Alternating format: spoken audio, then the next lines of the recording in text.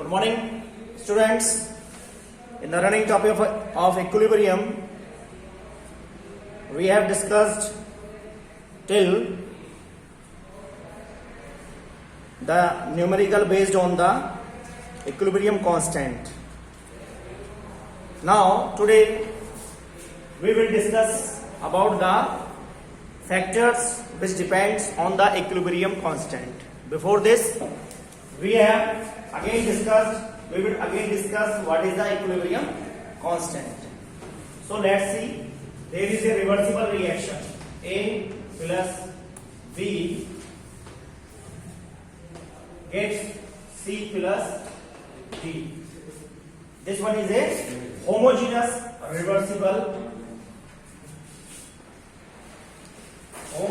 gaseous reversible reaction. ठीक है जी, यहाँ क्या है, this one is the example of a homogeneous gaseous, यानी यहाँ पर क्या है, A plus B are the reactant and C plus D are the product, or all the reactant and products are in the gaseous state. ठीक है, suppose that we have A mole of A and B mole of B form C mole of C and D mole of D. ठीक है जी, तो क्या होगा, reaction के अंदर when A and B react to each other to form C and D, तो यानी equilibrium किधर शिफ्ट हो जाएगा, इक्विलिब्रियम शिफ्ट होगा फॉरवर्ड रिएक्शन की तरफ, यानी ये इसके लिए ये क्या होगा, फॉरवर्ड रिएक्शन के लिए। और जैसे ही जब ये रिएक्शन कंप्लीट होगी, यानी जो भी हमने ये मोल लिए हैं ये कहाँ जाएंगे, खर्च होंगे, तो इसका मतलब पूरे कंप्लीट खर्च ना होकर के तुरंत ही रिएक्शन हो जाएगी। इसके लिए जो इक्विलिब्रियम कांस्टेंट होगा उसको हम कहेंगे Kf। यहाँ पर आ गया ये बैकवर्ड शिफ्ट, ठीक है, और इसके लिए हम यूज करेंगे इक्विलिब्रियम कांस्टेंट Kb। क्या होगा, Kb is the equilibrium constant for backward reaction. Clear. अब यहां पर अगर हम क्या निकालें, अगर हम यहां पर क्या लगाएं, according to LOMA means law of mass action, इसके ऊपर अगर आप लगाओगे लोमा में क्या आ जाएगा, rate of forward reaction is directly proportional to the concentration of A to the power A into concentration of B to the power, इसको मैं रफ कर देते हैं, लिख देता हूं B, इसको इक्वेशन 1 बना लीजिए। Another rate of backward reaction is directly proportional to the concentration of C to the power C into D to the power G। ये आ गई आपकी equation 2। This one is the equation 2। यानी law of mass action क्या कहता है कि जो इनका क्या है, रेट है, rate of forward reaction is directly proportional to the concentration to the power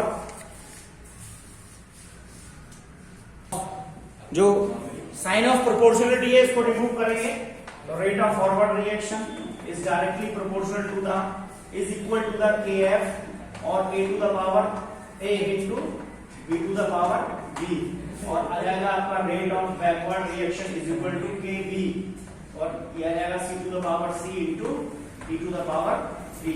इसको इक्वेशन 3 मान लो और इसको इक्वेशन 4। ठीक है, अब क्या आ जाएगा, from third and fourth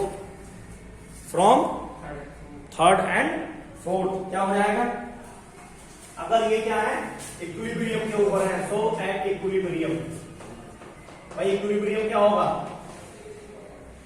rate of forward reaction is just equal to the rate of backward reaction. तो दोनों की वैल्यू को हम यहां पुट कर देते हैं। रेट ऑफ फॉरवर्ड रिएक्शन क्या है, Kf और A to the power A into B to the power B is equal to क्या जाएगा, Kb और C to the power C into B to the power B। Clear. हम क्या करते हैं, Kf upon Kb is equal to क्या जाएगा, C to the power C into B to the power B upon A to the power A into B to the power B। ये आ गया जी आपका इक्वेशन 5। तो इसी को क्या कहते हैं, इसको ही क्या कहते हैं, इक्विलिब्रियम कांस्टेंट। अगर हम यहाँ इक्विलिब्रियम कांस्टेंट निकालना चाहें तो इसके लिए फॉर्मूला आ जाएगा के इक्विलिब्रियम, ठीक है, ये हो जाएगा आपका K F upon K B that is just equal to K C. ये किसको लेकर के आया, कंसंट्रेशन को लेकर के आया। ये आ गया फाइनल फॉर्मूला आपका। This one is the equilibrium constant for this reaction. अगर हमें इक्विलिब्रियम कांस्टेंट निकालना है, सीधा उसके ऊपर हम क्या लगाएंगे, लॉ ऑफ मास एक्शन। तो लॉ ऑफ मास एक्शन से क्या मिल जाएगा, रेट ऑफ दोनों ही रिएक्शंस का हमें क्या मिल जाएगा, रेशो मिल जाएगा। उसी को हम क्या कहते हैं, इक्विलिब्रियम कांस्टेंट कहते हैं। इट मींस अगर हम देखें तो there are the 4 types of equilibrium constant. कौन कौन से हैं, 4 टाइप मैं आपको बताता हूं इक्विलिब्रियम कांस्टेंट के। हम इक्विलिब्रियम कांस्टेंट को कैसे कैलकुलेट कर सकते हैं, यानी के इक्विलिब्रियम, ठीक है, आप इसको ले लीजिए। और दिस वन इज द, ये फर्स्ट टाइप कंसंट्रेशन को लेकर के हम इसको कैलकुलेट कर सकते हैं, आपके सामने है, ये आ गया आपका कंसंट्रेशन को।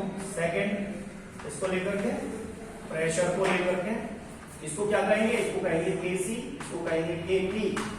And the third one is mole fraction या नंबर ऑफ मोल्स ले लीजिए। पहले मोल्स की टर्म्स में हम क्या निकाल सकते हैं, इक्विलिब्रियम कांस्टेंट को कैलकुलेट कर सकते हैं। और number 4 that is mole fraction in the terms of mole fraction that is kx।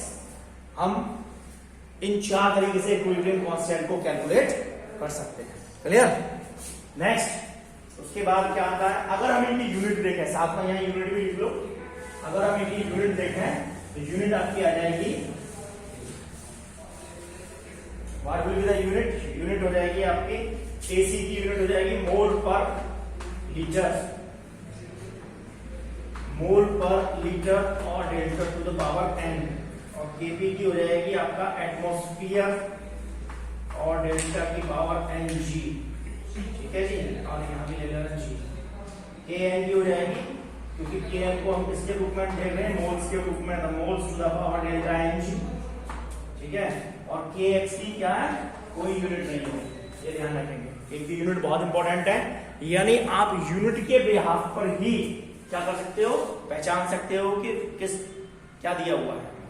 जैसे अभी कल जो एक न्यूमेरिकल कराया था उसके अंदर इक्विलिब्रियम कांस्टेंट की वैल्यू दी थी, तो वो वैल्यू किसको लेकर के थी, कंसंट्रेशन को लेकर के थी। वहां पर जो यूनिट प्रयोग की थी हमने मोल पर लीटर यूनिट प्रयोग की थी। तो बाय एक्सप्रेसिंग, ठीक है, हम इन यूनिट्स के द्वारा क्या करते हैं, इन इक्विलिब्रियम कांस्टेंट को एक्सप्रेस करते हैं, ठीक है। आगे हेडिंग लेंगे फैक्टर्स अफेक्टिंग इक्विलिब्रियम कांस्टेंट।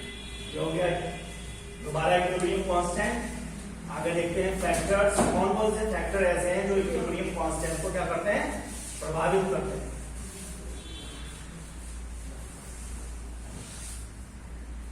कौन कौन से फैक्टर्स ऐसे हैं, फैक्टर्स अफेक्टिंग इक्विलिब्रियम कांस्टेंट।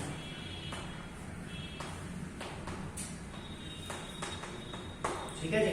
तो सबसे पहला फैक्टर आ जाता है number 1, mode of reaction representation. हम रिएक्शन को किस तरीके से रिप्रेजेंट कर रहे हैं, मोड ऑफ रिएक्शन रिप्रेजेंटेशन, ठीक है। इसके लिए आप एक एग्जांपल ले सकते हो। Suppose that A on equilibrium it gives B, और बी क्या दे रहा है, बी देता है सी, एंड सी क्या दे रहा है, डी। अब इसके लिए इक्विलिब्रियम कांस्टेंट हमें दिया हुआ है K1, इसके लिए K2 और इसके लिए दिया हुआ है K3, ठीक है। इसका अगर हम इक्विलिब्रियम कांस्टेंट निकालेंगे तो क्या आ जाएगा, K1 इज इक्वल टू आ जाएगा आपका concentration of B to the concentration of A, और K2 क्या आ जाएगा, concentration of C to the concentration of B, और K3 चलिए थोड़ा यह आ जाएगा आपका concentration of B to the concentration of C। अभी हमें क्या निकालना है डायरेक्ट कि ए से हमारा जो प्रोडक्ट बनना है वो क्या है बी। तो उसके लिए हम क्या ले लेते हैं, हमें ए से क्या ऑब्टेन होता है डी। सपोज दैट हम इन इक्वेशन को क्या कर रहे हैं ऐड कर रहे हैं, हम इनको क्या कर रहे हैं ऐड करेंगे ऑन एडिंग। फाइनली हमें क्या ऑब्टेन करना है कि ए से हमें क्या मिलना चाहिए डी मिलना चाहिए। That is the mode of representation of A reaction. तो ए से डी लेने के लिए हम क्या करें इनको ऐड कर देंगे और इसके लिए हमने इक्विलिब्रियम कांस्टेंट ले लिया K4। ये किसके ऊपर आ जाएगा K4, यानी अगर आप इनको कैसे निकालें तो इनकी अगर मल्टीप्लाई करना क्या हो जाएगा K1 into K2 into K3। आप क्या करेंगे अगर आपको रिएक्शन दी हुई है और ऐड करना पड़ रहा है तो उन इक्विलिब्रियम कांस्टेंट को हम क्या करेंगे मल्टीप्लाई कर देंगे। इक्विलिब्रियम कांस्टेंट को मल्टीप्लाई करके हम नया इक्विलिब्रियम कांस्टेंट क्या कर लेंगे गेन कर लेंगे। ठीक है जी, इसके लिए ये फॉर्मूला है, क्या कर देंगे product of all the reaction all the equilibrium constant for given particular reactions. ध्यान में रखें शीट को, एक रिएक्शन है ए से क्या बन रहा है बी, फिर बी से सी बन रहा है और सी से डी। डायरेक्ट हमें ए से डी बनाना है। इन सबको अगर हम ऐड करते हैं, देखो अगर आप ऐड करें यहाँ पर तो क्या मिलेगा आपको A plus B plus C equal to क्या जाएगा B plus C plus D. BC से बीसी कैंसिल आउट हो रहा तो ए से डी मिल जाएगा। लेकिन जब हम इनकी वैल्यू को निकालेंगे तो हमें क्या करना है इनके प्रोडक्ट जो इनका इक्विलिब्रियम कांस्टेंट दिया उन सबको हमें क्या करना है मल्टीप्लाई करना है। क्लियर। सेकंड, अगर यही चीज हम किससे निकालें सब्ट्रैक्ट करके निकालें तो क्या होगा बी।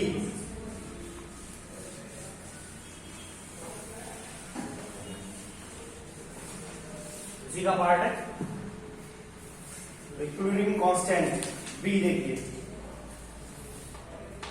इक्वेशन है आपका ए gives b for this reaction. ये फर्स्ट इक्वेशन है, इसके लिए इक्विलिब्रियम कांस्टेंट दिया है गिवन है K1 and b plus c it gives b। ये हो गया आपकी सेकंड इक्वेशन और इसके लिए इक्विलिब्रियम कांस्टेंट दिया है K2।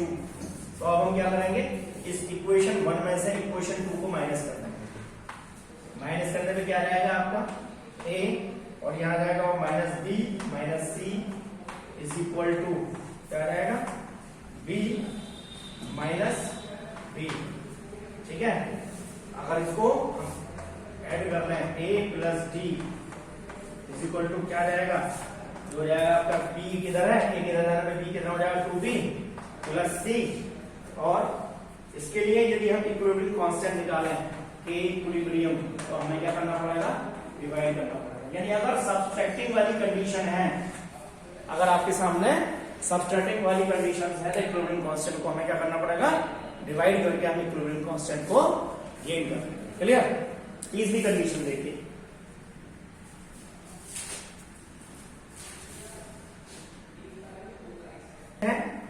और प्रोडक्ट लेते हैं आपका C प्लस डी। इसके लिए इक्विलिब्रियम कांस्टेंट दिया हुआ है बच्चा K1। ठीक है, अगर हम इसको रिवर्स करते हैं इक्वेशन को ही क्या करना है रिवर्स ऑन रिवर्सिंग, तो रिवर्स करने पर इक्वेशन क्या हो जाएगी that is C plus D gets A plus B. अगर कंडीशन ये मिलती है आपको कि जो रिएक्शन गिवन है उसी को वो कहता है कि रिवर्स ऑन रिवर्सिंग, तो इसके लिए इक्विलिब्रियम कांस्टेंट दिया हुआ है K2, क्या हो जाएगा K2 is equal to 1/K1 या K इनवर्स। ठीक है, क्या हो जाएगा K2 is equal to 1/K1 और K इनवर्स। अब डिपेंड करता है दूसरा, यहां हो गया ये तीन ही मोड मिलेंगे आपको ऑन एडिंग ऑन सब्सट्रैक्टिंग और ऑन रिवर्सिंग। ठीक है जी।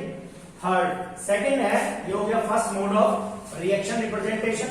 सेकंड डिपेंड करता है स्टोइकियोमेट्री के ऊपर कि इक्वेशन के अंदर जो भी इक्वेशन है जो भी रिएक्शन आपको दी हुई है उसके अंदर स्टोइकियोमेट्री क्या है।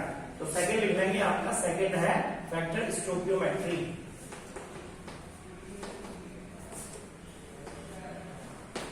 ठीक है जी। रिएक्शन दी हुई है A gives B.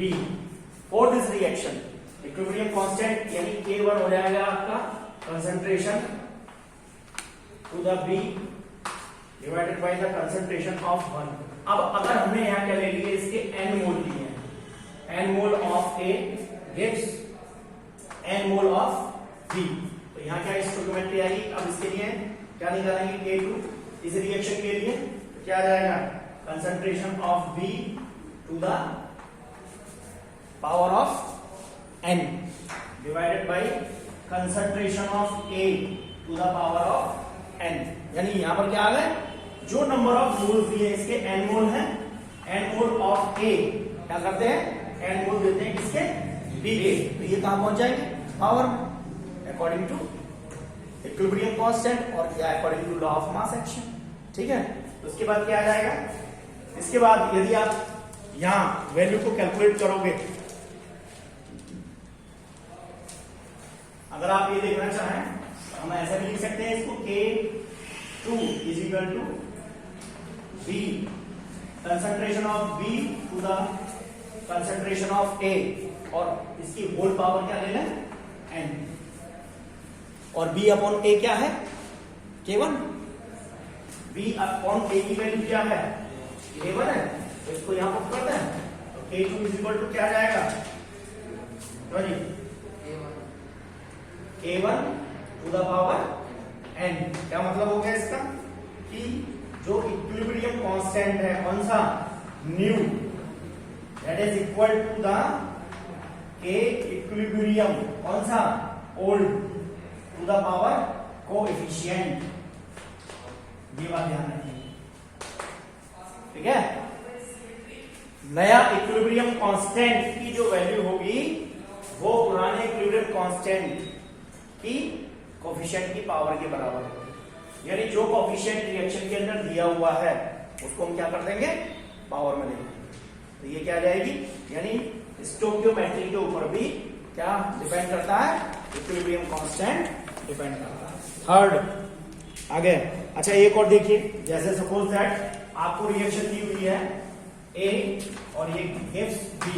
इसके लिए इक्विलिब्रियम कांस्टेंट सपोज कितना दिया हुआ है, K और B के लिए यहाँ K1 आपको दिया हुआ है 2. ठीक है.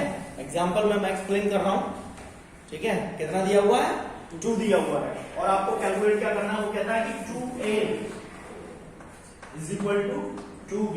इसके लिए इक्विलिब्रियम कांस्टेंट यानी K2 निकालना तो क्या हो जाएगा, सीधा आप क्या कर दोगे, 2 का स्क्वायर कर दोगे नहीं, सीधा उस फॉर्मूले के अंदर पुट कर दो, कितना आ जाएगा 4. और सिमिलरली अगर हमें 3A इज इक्वल टू क्या निकालना है, 3B.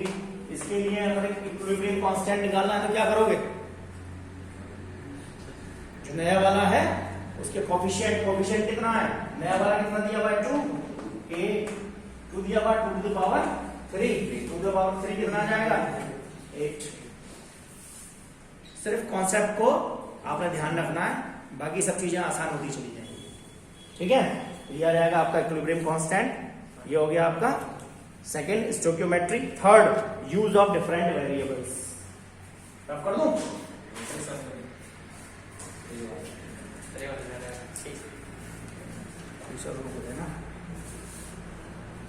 Different variables. Now third factor is variables. जानते हैं कांस्टेंट एंड वेरिएबल्स, मैथ वाले स्टूडेंट. ठीक है ना. तो third factor is use of different variables. Equation के अंदर कौन कौन से वेरिएबल्स प्रयोग होते हैं उसके ऊपर भी डिपेंड करता है. Suppose that we have a reaction A. वही रिएक्शन के बेस पर मैं आपको एक्सप्लेन करता हूं. That is equal to B 2 for C mole of C and D mole of D. ठीक है जी. और इसके अंदर है भैया, ये एग्जांपल ले लिया हमने, गैसियस होमोजेनस सिस्टम. ठीक है. होमोजेनस गैसियस रिएक्शन यहां लिखना चाहें आप लिख सकते हैं, होमोजेनस गैसियस रिएक्शन. ठीक है. सपोज दैट कि हमने ये रिएक्शन हो रहा है. ठीक है जी. तो हमने क्या लिया, A mole. A mole of A and B mole of B। Initial मोल, जब रिएक्शन शुरू हुई तो इसके इनिशियल मोल थे A और ऐसे इसके इनिशियल मोल थे B। तो इनिशियली हमें क्या ऑब्टेन होगा, यहां जब रिएक्शन नहीं हो रही है क्या आ जाएगा 0 0, क्लियर। और यहां पर टाइम क्या है, दैट इज 0, यानी टाइम जब रिएक्शन होनी शुरू हुई, रिएक्शन नहीं हो रही है तो मोल से हमारे पास ए के ए मोल और बी के बी मोल। अब रिएक्शन कंप्लीट हुई, रिएक्शन क्या हुई, रिएक्शन होना शुरू हुई एट इक्विलिब्रियम। इक्विलिब्रियम पर यहां जो हमने मोल लिए, ठीक है, जो मोल लिए इसके कुछ ना कुछ तो भाग खर्च हुआ होगा, ठीक है। तो सपोज करो इसका जो भाग खर्च हुआ दैट इज ए, हमने लिया ए माइनस एक्स, इसके एक्स मोल खर्च हुए, तो इसके लिए कितने हो जाएंगे b माइनस एक्स। तो हमें यहाँ क्या मिलेगा x और x, यानी ये क्या रहेगा t is equal to at equilibrium. यहाँ कोफिशिएंट का भी ध्यान रखना, अगर यहाँ पर इक्वेशन ये होती suppose that 3a plus 2b gives 5c plus d, तो हम जो 3 ले रहे हैं वो माइनस होता है, x हमें फिर भी लेना होता है। एक्स तो भाग क्या हो रहा है, इसका खर्च हो रहा है किसके ऊपर, जब ये इक्विलिब्रियम अटेन करता है, यानी rate of forward reaction is just equal to the rate of backward reaction. तो ये क्या होता है, ये कंडीशन है इक्विलिब्रियम अटेन करने की, क्लियर। अब यहाँ क्या निकालेंगे हम, सपोज करो हम निकालते हैं इसके सबसे पहले नंबर ऑफ मोल्स, क्लियर है जी। नंबर ऑफ मोल्स कितने आ जाएंगे, ये क्या है, नंबर ऑफ मोल्स ही होगा, number of moles at equilibrium. इतने इतने इतने इतने मोल खर्च हो रहे हैं और ये हमें ऑब्टेन हो रहा है। अब हम यहाँ कैलकुलेट करेंगे मोल फ्रैक्शन, मोल फ्रैक्शन कैलकुलेट करेंगे दादा। पहला हो गया आपका ए बी, सेकंड लेंगे मोल फ्रैक्शन। एक एक चीज को ध्यान से और बारीकी से समझते जाओ। तो इसके मोल फ्रैक्शन क्या हो जाएंगे, मोल फ्रैक्शन क्या होता है, टोटल मोल्स, यानी यहां पर कितने हैं, कितने हैं, a माइनस 3x अपॉन क्या आ जाएगा a, टोटल मोल्स कितने हो जाएंगे a प्लस b और plus x, a minus x, 3x नहीं, a माइनस x, यहाँ क्या आ जाएगा b माइनस x और टोटल मोल्स कितने हैं भाई, देखो इनिशियल मोल जोड़ दो ना, इनिशियली मोल कितने हैं a और b, और यहाँ पर a माइनस एक्स क्या हो जाएगा, a minus a plus b, minus cut जाएगा x, a प्लस b और प्लस x यहाँ पर, और ऐसे यहाँ जोड़ लो कितने आ जाएंगे a plus b plus x, और यहाँ क्या जाएगा x upon a plus b plus x, और यहाँ दिया जाएगा आपका x upon a plus b plus x। यह आ गया आपका मोल फ्रैक्शन। अब ये मोल फ्रैक्शन किसके लिए है, ये है x a के लिए, ये है x b के लिए, ये है x c के लिए, और ये है x d के लिए, ठीक है। Given moles upon total moles, ये आ गया मोल फ्रैक्शन। नेक्स्ट निकालेंगे आपका पार्शियल प्रेशर, क्या निकालेंगे, पार्शियल प्रेशर। इसके लिए एक्स ए के लिए या बी ए, पार्शियल प्रेशर क्या हो जाएगा, एक्स ए इंटू पी टी, और एक्स बी के लिए क्या हो जाएगा, पी बी क्या हो जाएगा, पी बी हो जाएगा आपका X B into P T, और पी सी हो जाएगा आपका X C into P T, और ये हो जाएगा P D equal to X D into P T. ये आ गया आपका मोल फ्रैक्शन, रिएक्शन के लिए मोल फ्रैक्शन आ गया।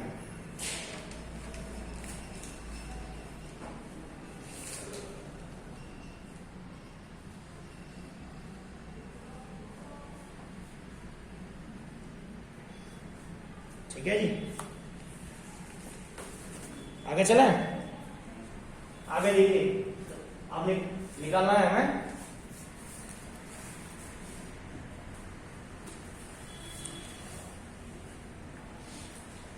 कंसंट्रेशन।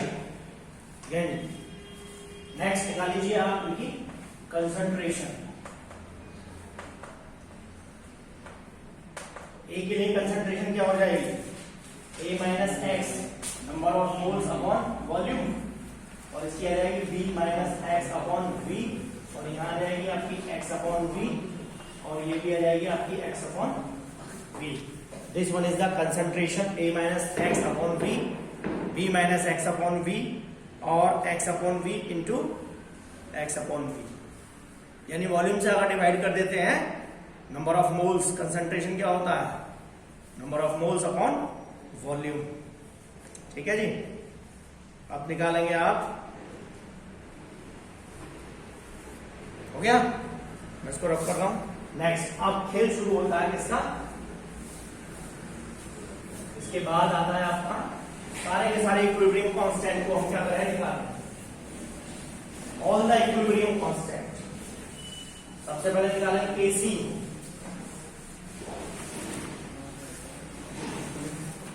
Kc क्या आ जाएगा?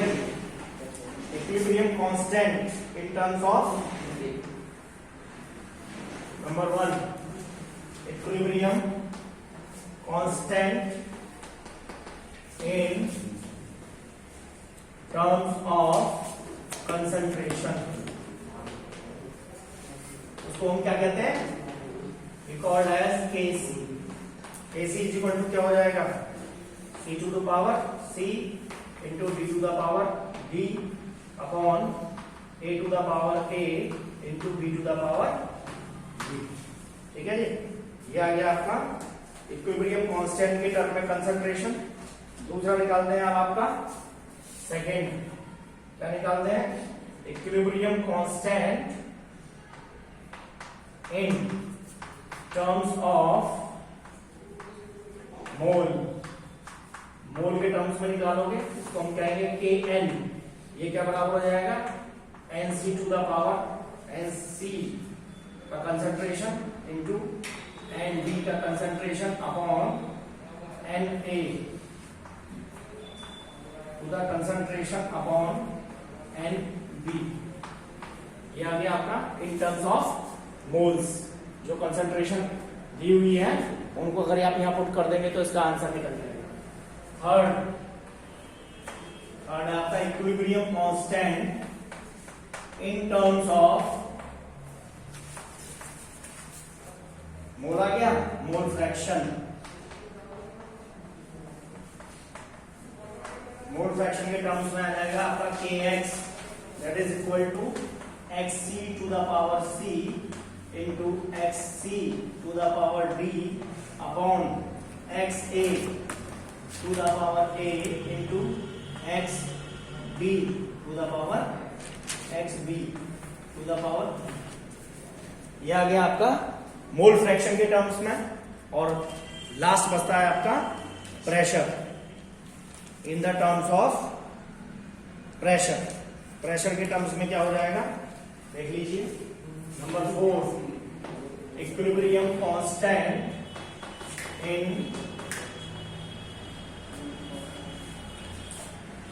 in terms of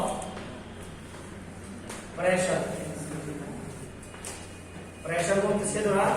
Kp that is equal to Pc to the power C into P D to the power D upon Pa to the power A into Pb to the power D। ये आ गया आपका बोल में से power निकलेगी Nc to the power C ना Nc कितने? वो तो आएगी। अगर यहाँ पर चूंकि सबके क्या है? एक एक ही मोल दिए हुए हैं, ओनली वन मोल। सर इसमें Xc XD आ जाएगा तो कोई दिक्कत नहीं है। यहाँ पर XD कर दीजिए। ठीक है, यहाँ पर क्या आएगा? जो मोल्स दिए हुए हैं, अगर नंबर ऑफ मोल्स हमने यहाँ सब एक दिए हैं, moles number of moles, power क्या आएगी? नंबर ऑफ मोल्स की आएगी। ठीक है, तो ये क्या हो गई? एक पर्टिकुलर रिएक्शन के लिए, यानी फैक्टर्स डिपेंड करता है किसके ऊपर? जो वेरिएबल्स हमने यूज किए हैं। चारों इक्विलिब्रियम कांस्टेंट आपके सामने हैं। उसके बाद आता है आपका एक्सटेंट ऑफ इक्विलिब्रियम रिएक्शन। उसको देखते हैं। नेक्स्ट टॉपिक होगा हमारा एक्सटेंट ऑफ इक्विलिब्रियम रिएक्शन। ठीक है जी, अब next topic is extent of equilibrium constant. क्या एक्सटेंट होगा, क्या होगा, the numerical value of the equilibrium constant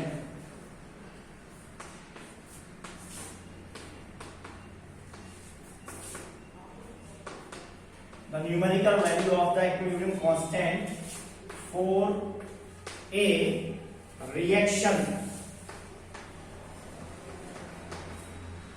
indicates the extent of the reaction,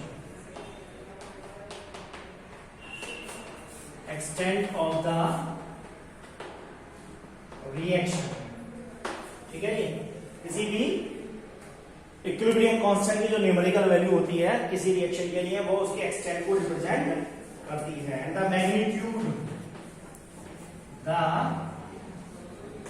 magnitude of Kc और Kp। ठीक है, Kc क्या हो गया, equilibrium constant eight concentration, and Kp equilibrium constant at pressure, is directly proportional to the concentration products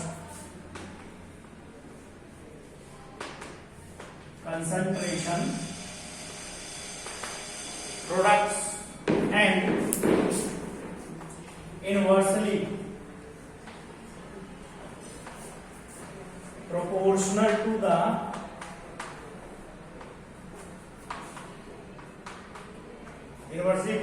the concentration of the reactant। ये हम पहले भी पढ़ चुके हैं, concentration of the reactant। ठीक है जी, ये क्या है, that is the extent of equilibrium constant। यानी हम क्या कहें, रिएक्शन अगर देखो वैल्यू को नोट करना